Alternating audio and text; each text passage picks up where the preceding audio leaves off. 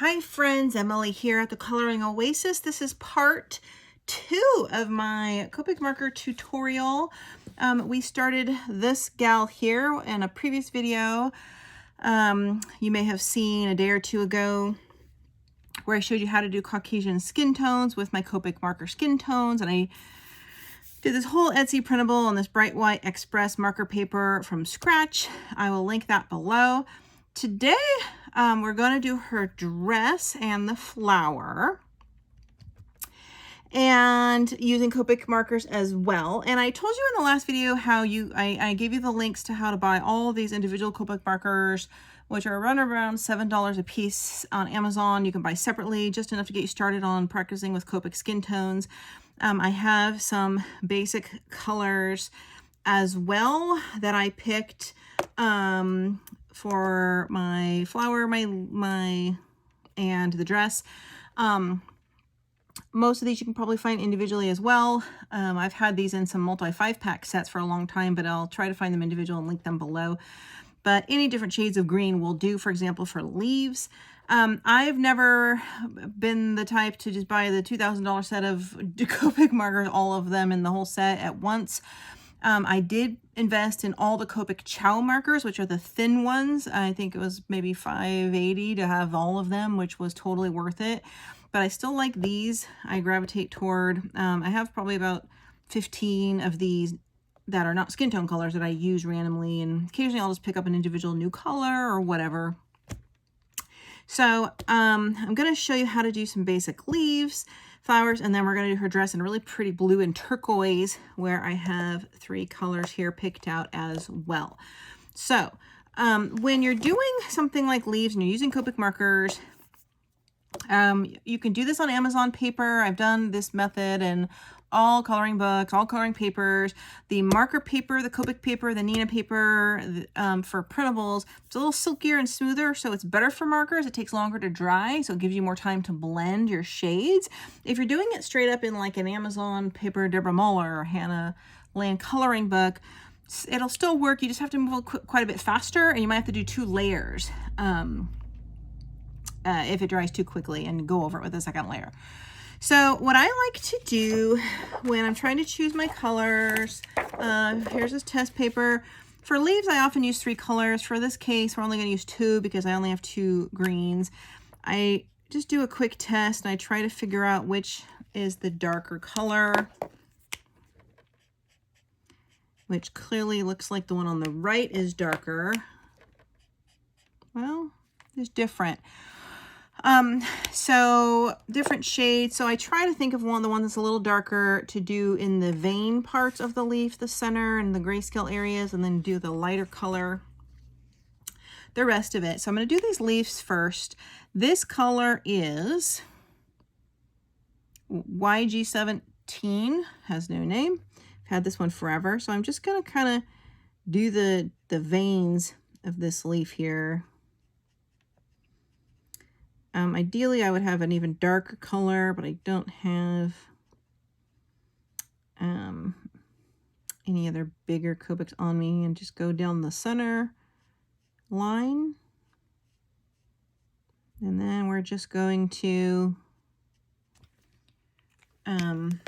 take the other green here, which is YG45, and I'm just going to blend, go around the edges.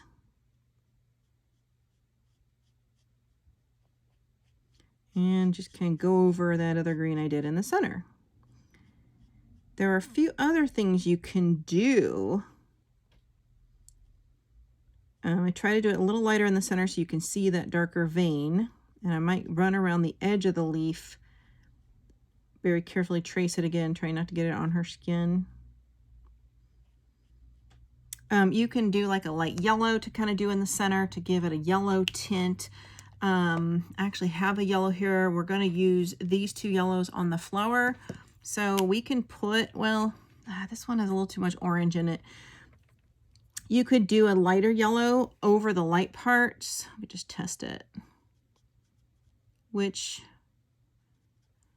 I'll zoom in after you kind of see. Gives the leaf a little bit of natural kind of speckled color. Generally, you'd want to use more of a lemony yellow. So then we're going to kind of repeat the process on the other leaf. You can get a white Prismacolor pencil in these really light parts right here. You can go over and put a little bit of white there, which is always good. So let's go here and do this other veining really quickly. And you can use a similar method with any alcohol markers. Just get 2 different green shades. One that's a little darker and a little lighter, not so far off where there's going to be a gigantic contrast like a dark, dark evergreen and a lime green or something like that, because you do want it to be like similar colors, but a different shade of that color. So like if you had one green and you went up on the wheel a little darker and a little lighter, it would be like the same color. So then we're just gonna go around the edge again, get in some of those white areas. And I do just kind of dab at it, you know, I don't do a lot of streaks. I just kind of do that. Very simple. I kind of like the effect where I put that little yellow in there. So I'm going to get that yellow again, dab a little more yellow here.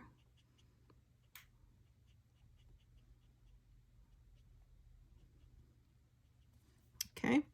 Then I'm going to do the last leaf and we will do the flower part. Occurred to me, I forgot to grab a brown for the stem, but I have my Sharpies right here. I could grab a Sharpie. It's totally fine to mix your mediums, but Copic's on this Express marker pad, bright white printable paper is just so dreamy. Very similar effect with the Ohuhus, by the way, on here, which are much more affordable.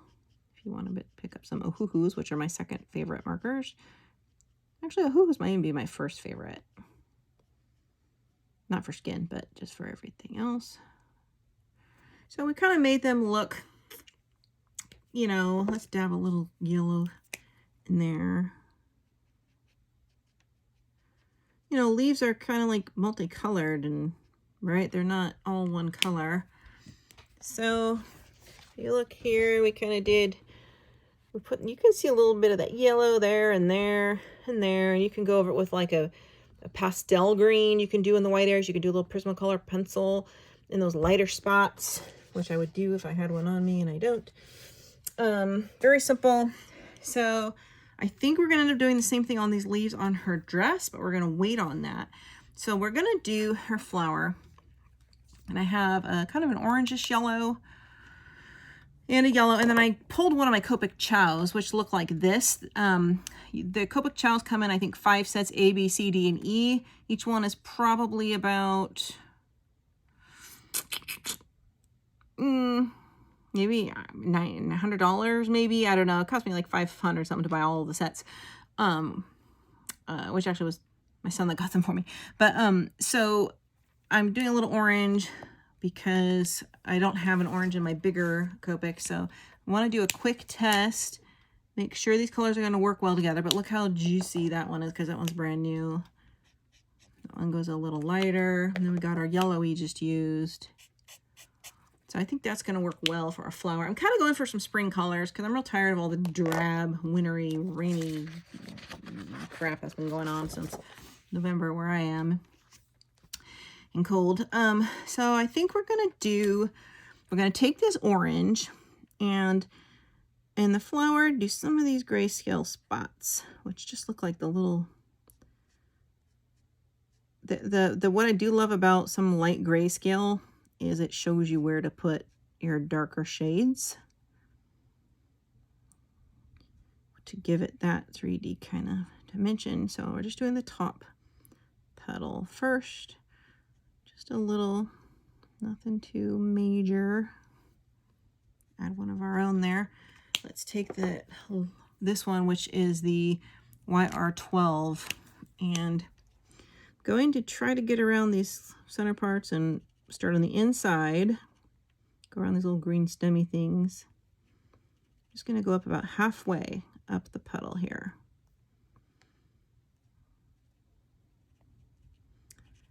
halfway up the petal. Maybe bring that orange over the veins a little. We're gonna leave room for our yellow.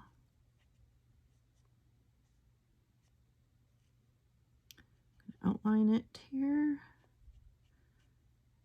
And then I'm gonna bring in the yellow, which we also put into the leaves, and fill in the rest of the flower toward the ends.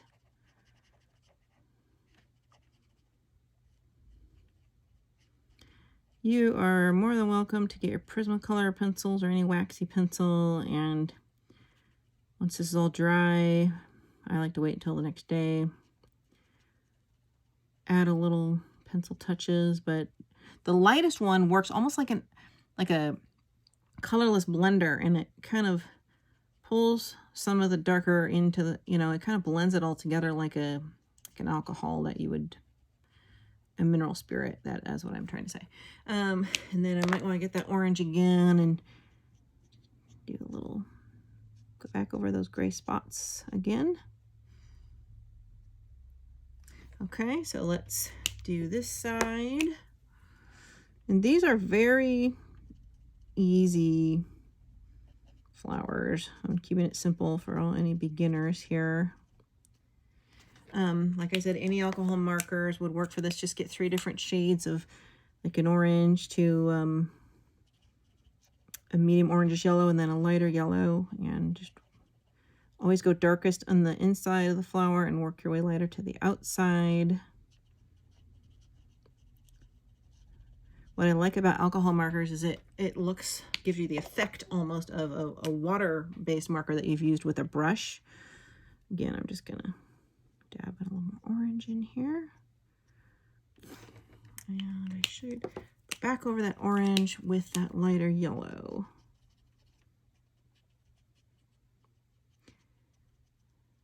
Okay. I'm very protective of my Copics because they are so expensive. I try not to use them for large surface areas in pictures. Okay, little like medium to small flowers, leaves, hearts, you know, things like that. Other than my skin tones, which I replace them often, like when they go out one at a time. I would, like, I'm going to do her dress in a Copic, but I generally would not do that, probably, because it uses up so much ink. And I would use a cheaper alcohol marker like my Artix markers or Arteza markers, or a cheap, like, nameless marker, you know, generally, and then I would go over it with pencil. So if you're going to have expensive and inexpensive mediums, choose how you use them wisely. So I'll show you what I'm going to do here. I'm going back over here. We'll have a little orange around the center part. And then what I'm going to do is I'm going to get the middle color again and just blend a little around the center over where I re-added the orange, just to give it a little, make it pop a little more. Then I'm going to do a little more of that light yellow again, just to kind of soften the additional orange I added. Very easy. So then I'm going to take the orange, which is, I'm sorry, it's technically it's considered apricot here, YR16, which looks pretty orange to me, but I guess if you compare it to a different orange, it wouldn't be as orange. I'm going to do the outside petal in the full-on orange, so it's a nice contrast. So we're gonna do that, because if you just did the same colors on this bottom layer of the petals that kind of overlap, it's not going to really stand out. So we want it to have a little of like a realistic 3-dimensional effect. Okay.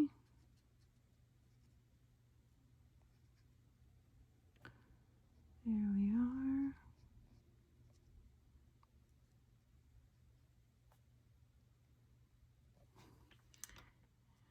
Perfect. I like how that looks. Certainly there's other things you can do. Go back over these little grayscale spots and dab a little more orange once that first layer is starting to get dry. It is hard because it's not that fine point. It's hard to get little things like those squiggly little thingies you have in the, whatever they're called in the middle of a flower, the thingies. I just wanted to go over them. I got a little, we're going to go over that with green and hope that that hides well. So I will show you how my flower looks. So you see how the bottom layer is the plain orange or apricot. And I also put that in the vein kinds of the flower. So you want each portion of the object to kind of have the colors blend together and coordinate. So in hindsight, you know, the orange may not have been the best color to go against her kind of peachy pink skin tone, but that's okay because we are going for a spring look here. And we're probably going to bring that orange into these dress flowers as well because they're similar flowers. So I'm going to set these aside to reuse them. And that's another trick to improve your coloring, is to use some of the same colors in different things in your picture for coordination and contrast. So for the dress, this is going to use a lot of ink, but I'm going to do it. This is my B66 Clematis. Okay. This is my middle tone. I'm doing more of the aqua BG15, and then I have a very lighter aqua, which is considered moon white, but it's not moon white. It's kind of like a light aqua. I don't get that either. So these are the three colors I chose. I already tested them on a test page here. So I know what I'm doing, which you want to do before you start. So what I'm going to do is I'm going to start in a smaller area, this little section here that's separated by the crease. Work on a small section at once. I'm going to take my darkest one, the B66, and I'm going to kind of do like we did with the skin tone. I'm going to put this into those darker crevices here.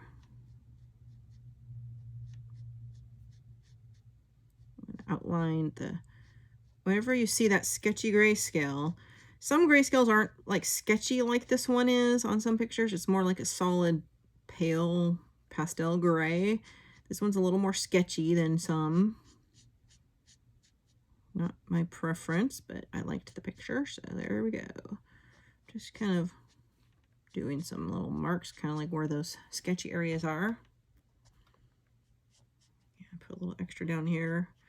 And some along her arm. Be very careful not to get it. Do this whole section up here where we might have a little more shadow. And let's grab our aqua and start going over the color we did. Might leave a little bit of some white. I'd go over the blue we did first. Well, it still might be a little wet to start that mild blend process. Now, these colors are not in the same family, even close. However, since we're doing a grayscale, where we can get away with doing a different kind of a blue in the sketchy areas, it'll be fine. I'm going for a dress that looks a little multi-shaded. I just don't like solid colors in clothing. I think color fibers are just not always that solid. So I'm just going over that blue, leaving some white here and there.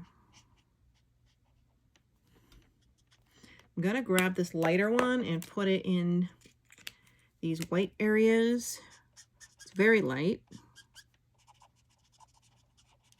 And then I'm gonna go back over it with this, which will give it a little bit of a different back shade. And we're just gonna keep going over. It's kind of making it like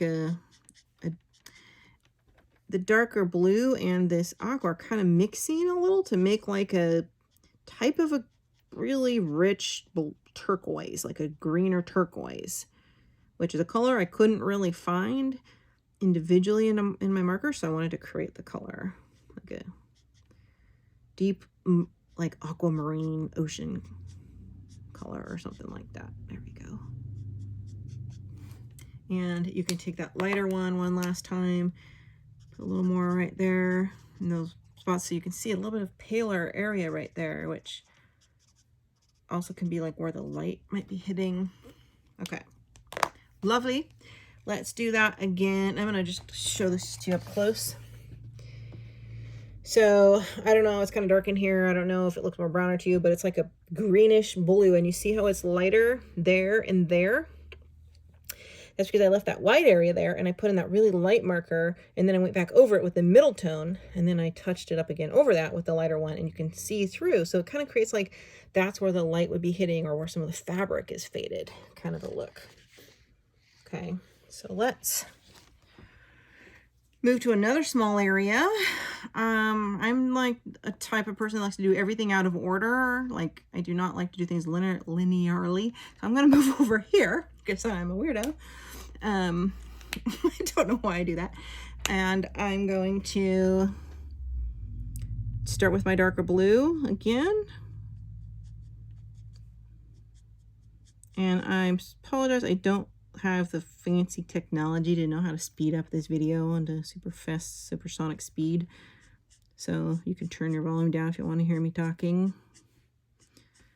as I try to tell you what I'm doing. Again, I'm just going over these lines. I'm making an outline at the edge of her sleeve. I'm going to come up here, follow the sketch lines. This is a Copic sketch marker. The big ones are called Copic sketch markers, just so you know. And let's do a little more in this dark area, almost all blue. In that little area there.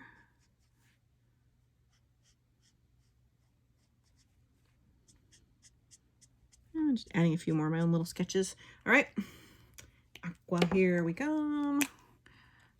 I'm gonna work kind of fast. I'm gonna get in here. I'm gonna leave a little white right there for some highlight. When I start getting this color over my blue areas before it fully dries, and then I'll start filling in the white areas. So I'm just kind of brushing it like a paintbrush. I don't color it like you would a crayon. You're just dabbing and pulling, kind of, if that makes sense.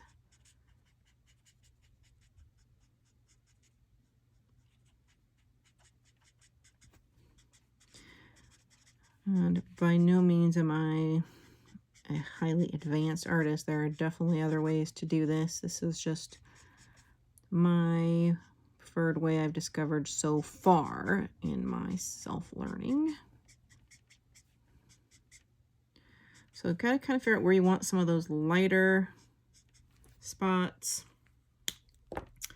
I'm going to get that light one and just kind of put a little there, a little there, a little up here. I mean, there's no perfect way to do this. You're just kind of feeling it out. Feeling it out. All right, go back in. Let's just start filling in all these areas now.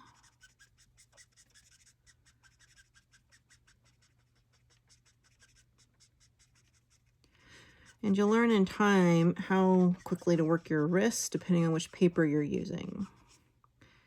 If you worry too much about it being perfect, you're going to take too long to blend, your ink's going to dry, then you're looking at it not blending as well, then you'll have to do a couple of layers to kind of soften the streaks from the underlayer, the darker underlayer. So I'm going to get that light one again. Go in here.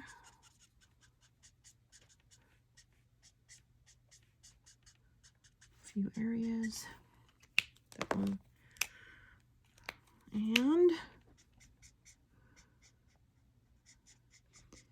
in this video, I'm going to finish her dress,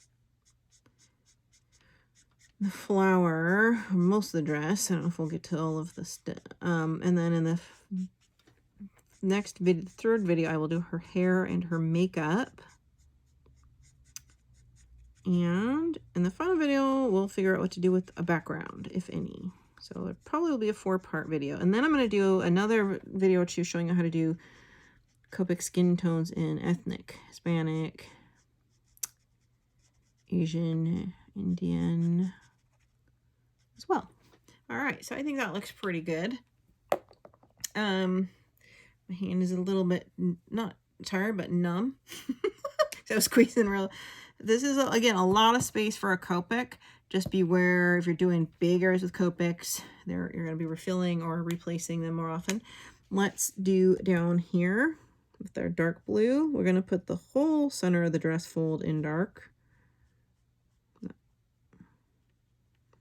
then we're going to... The reason I'm doing her makeup last and her hair last is because I want to see how the accessory, like the flower and her hair, her clothes and things look to determine what color makeup I want to use. And then also to make sure I'm picking the best hair color.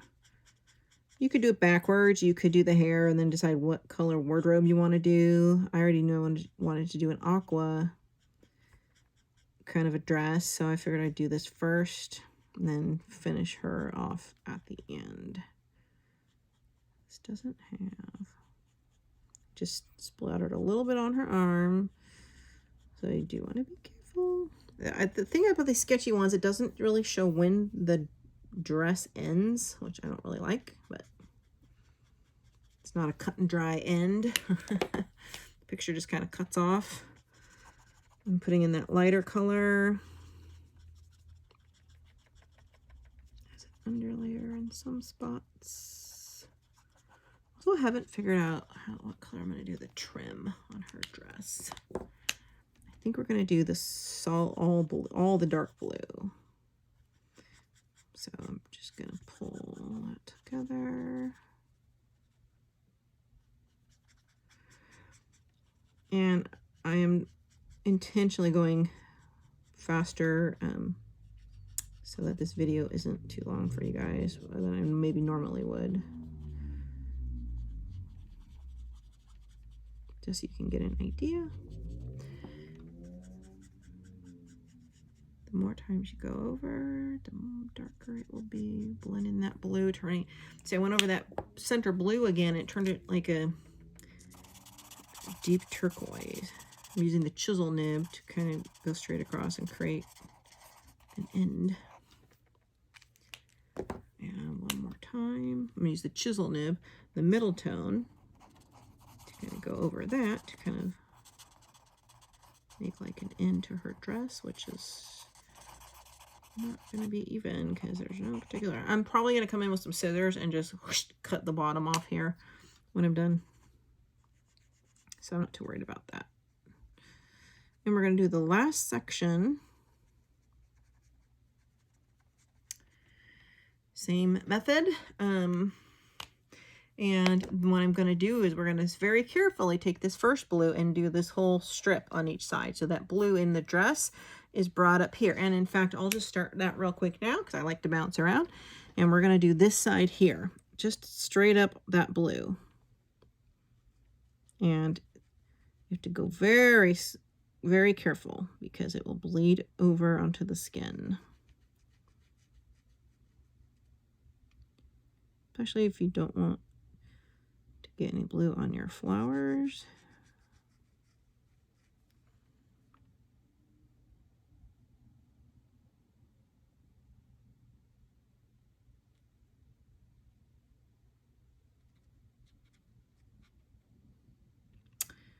Okay. I mean, they're kind of pointy, these Copics, but they're so super soft, so they're bendy, right? So you can't, it's not like a firm pressure because they're technically sketch markers. To really go slow here, I will definitely get some blue on the stem, and I just did. That looks really pretty.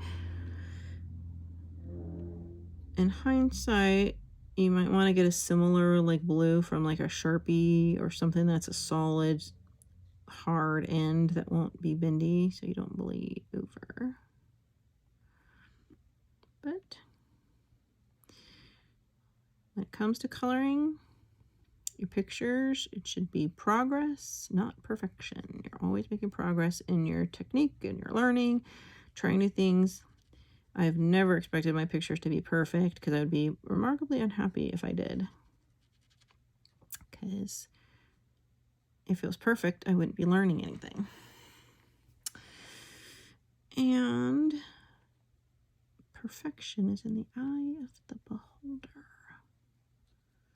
Okay, I just want to get this done. But you get the general gist of what I'm doing. You're free to fast forward this to the end if you'd like, or follow along with a similar alcohol markers. You have similar shades that are, just make sure they're alcohol markers, not water-based, and pick a similar palette. Nothing blends like a Copic does, except I'd say the Ohuhus, like I said, are very close. Still not quite the same, but very close. Prismacolor Premiers are, and Winsor Newton, my other very expensive favorites, blend well, but honestly, they're just not the same as Copics, but I use those a lot. There we go.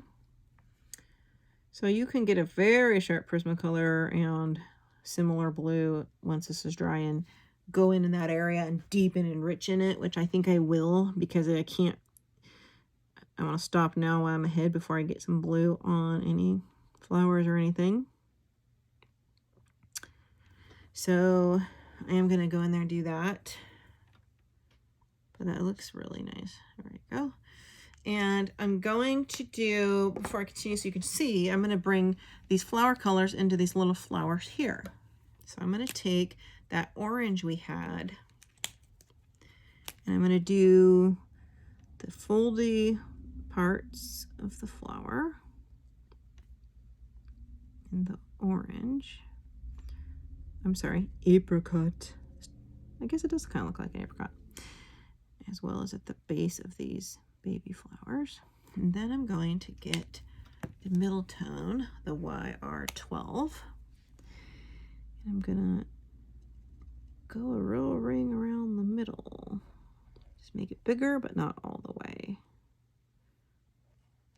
And then I'm going to take that baby yellow. It's kind of giving me a vintage feel. Baby yellow. And she's going to have kind of a chocolate hazelnut color hair, which will be good with her outfit and the skin tones. There you go.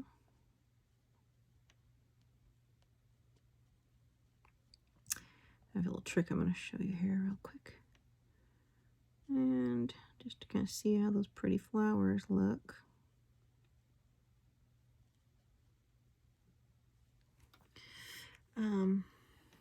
I think I see a little bit of flower that starts at the end of her dress up here. I'm going to take a green Sharpie, and I always keep my absolute favorite full Sharpie set that I use for a lot of details and touch-ups and things because it's a firm, hard, solid nib, rich, deep color. I'm going to pick a dark green, maybe a green that's not too off from what we're doing. Maybe this, I kind of like this one actually. And I'm going to, or just more of a blue. This is it's kind of a blue. I want to do, it is more of a, similar to the dress color, but it's a very hard solid nib. And so I'm going to do these little center parts of the flower here. And I think I'm just going to skip over and do these ahead of time here. Because these will not bleed over the area you're touching because they're so firm. Which I would not probably use my Copic for at the center because it'll probably bleed into the orange. Let's do this one here.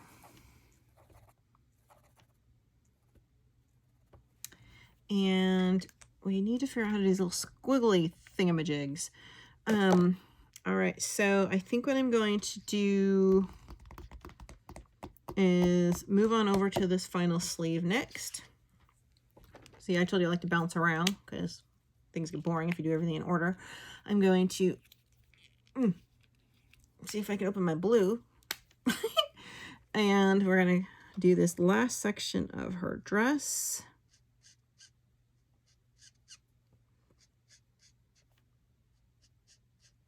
I will link below all these colors, if I can find them individually, in the comments of this video below. If I can't find these colors in the Copic sketch, like the bigger ones, they have often some of the same colors in the chows, which I will link. It does the same thing. They're just thinner, and I think they might hold a little less ink, maybe. Not sure, but it seems like it. But the techniques I'm showing you with these alcohol markers, good quality, maybe not the best if you don't have the best, but good quality alcohol markers, and these blending techniques I'm showing you are kind of universal. So, see, I already got a little dot on her skin tone, which annoys me. I'm going to put a little right around the base. Outline her sleeve. Oops. Don't want to get on her arm. All right. We're going to jump into that aqua. I'm going to just get that on these blue areas quickly.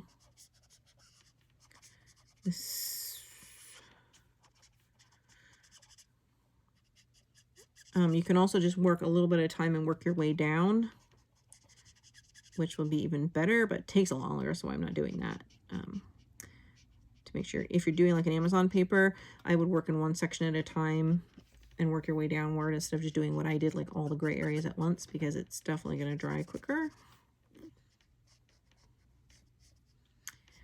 Somebody asked me to do a skin tone tutorial with the Copic, similar to what I showed here on Amazon paper, and I will definitely do that this week. So keep an eye out. Make sure you hit the bell on my videos so you don't miss anything. I'm just like, no rhyme or reason, putting down this ink in kind of like little dabbies, and then I'm gonna grab this light blue we discussed and the chisel part. Whoops. No, let's not do the chisel part. Let's do the brush part and just put down that lighter color over the white, giving our other ink a chance to set a little.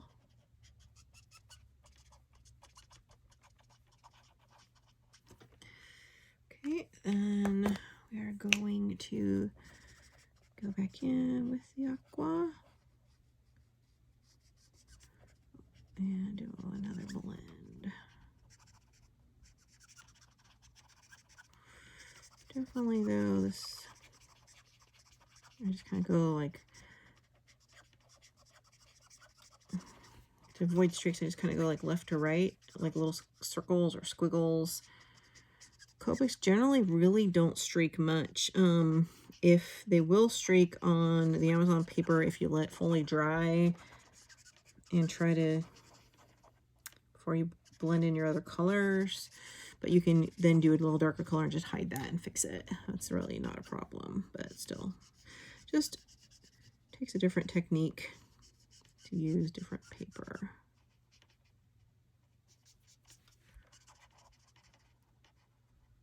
Now these blues I've had for, oh, bloody biscuit. I got some on her arm. These blues I've had for a long time. I've used them many times, so they were running not low, but after this they'll definitely be running low. I'm going to do some light blue one more time to help change. The reason we're doing this is that we're going to give this sleeve like different shades in the material. And it helps lay down more of the color from this other one. Okay, and let's just go back over it.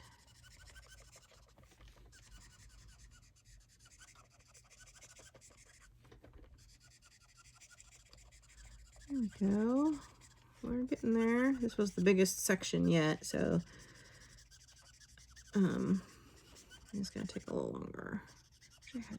I'm going to grab my white Prismacolor for the next video when I do the hair, and I'll show you what I do with the white pencil down here. Because we want it to be dry before that, and I'm not doing that video till tomorrow. So tomorrow evening you can see part 3.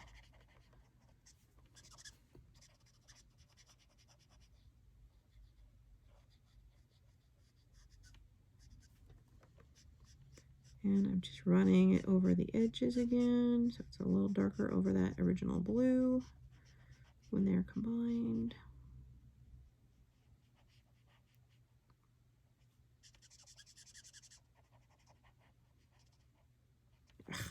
That's on our arm. I can fix that, but not at the moment. But I always do skin first, because if you don't like how it looks, there's no point continuing with the picture. I've learned the hard way. I've done everything but the skin, and then the skin last, and I messed it up, and it didn't look like a human. And it was just a waste of all the ink I had used and everything. So, final, we can do a little more of that light blue in a few spots again. I'm going to zoom in and show you everything we've done here. And you'll see why I did what I did. So first of all, here's our flower. Here's this we did. But you can see it leaves a little bit of white. I didn't go in too thick, because if I really start pushing down, I'm going to bleed that ink over into the flower, and it's not a very solid tip, as I said, so I did it very light and careful, and I'm going to go with a pencil, a sharp pencil, that matches that blue, and deepen it. And so you can see here how it looks like we have that little light areas with the faded material there. We have some of that right there. A little bit of this down here, and then here we just did it here and here and here. So it looks kind of like a dress that has faded from too many washes. It could also look like a bleach stain, or like the light is hitting it. And what I'll do with my pencil is I'm going to put a little bit of white pencil over some of these areas to make it look more kind of like faded and reflection-y. So it also gives it multiple shades. You know, you have these different shades, not quite a tie-dye, but like the different shades, so it looks more like a natural material that isn't flat. It's not a flat, I'm just going to do solid blue, flat, and it's just kind of, it doesn't give that, bring it to life and have it pop out. So lastly, and you can stick around if you'd like or not, I'm going to do what I did here on here. I'm going to do the blue, then the orange flowers, or the orange flowers, and then the blue is what I meant to say. And then I'm going to put this green into these flowers. In fact, we'll do that real quick on this other side so you can see. I'm a little afraid to, though. But I'm going to do it. These are the greens I use for these flowers. And I'm going to do some of these leaves here. I feel like I need a little bit of a brown for the stems. Okay. Whoops. Wrong end. And I think I just did it backwards. I did the lighter one first, so that was a boo-boo. You want to do the darker one first. That's why I usually retest it on my page. Okay. And I'm gonna get a brown Sharpie, which I have in my Sharpie set. And I'm going to do these stems because I can control the ink. It's not going to bleed over anything. Or more like vines, stems. I'm not sure what these are, but you know what I mean. The woody part of the flower. This is starting to come together like a dress you might see in the 1960s or 70s. And I love that vintagey look. That was actually not my intention consciously. It might have been subconsciously, but I do love antique vintage stuff. So there we go. So that's that side. Might want to go forth and just do this stem here with our Sharpie. Sharpies are great for these final details. And you can really control this deep, rich ink. No bleed. If you know what you're doing and stay in the lines. If you stay in the lines, so will the ink. Unlike Copics, which will bleed over.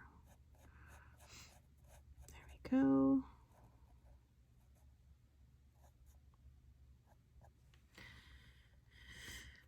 There's our gorgeous flower. So basically I showed you everything there. So I'm just going to repeat what I did here on this side with the blue again, the orange flowers and everything. And I'm going to cut this video because it's about 45 minutes. So we're just going to do the flowers first, then the blue, then the green leaves again, and the brown stems. And that will be the extent of this video. And I am going to go over with this with a blue pencil. I'll do this all off camera. So when you watch part 3 and see me do her hair and everything, you'll see the completed look. I hope you enjoyed watching and maybe learned a little something. I'll link below whatever I can find for some colors for you. And I really look forward to having you watch the 3rd video and see how I do her hair and makeup. Thanks so much, everybody. Have a great day.